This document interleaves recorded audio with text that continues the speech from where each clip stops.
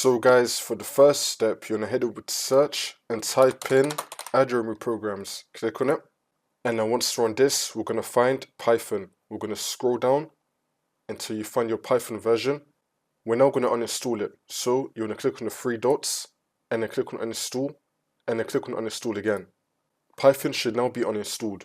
For the second step, I also recommend going to search and typing in %appdata %.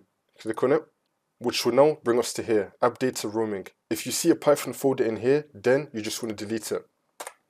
You might not have it in here though, so it's fine. We're also going to check for another folder, so on the left hand side, we're going to scroll down and then click on this PC. Now you want to find your Windows drive. It's going to have the Windows logo on it. Double click on that and then click on program files x86. Now if you see a Python folder in here as well, then you just want to delete that as well. And then continue. You might not have those Python folders though, so it's fine. But if you do have those folders, delete them. And then that's how you do it. Python should now be fully deleted from your computer.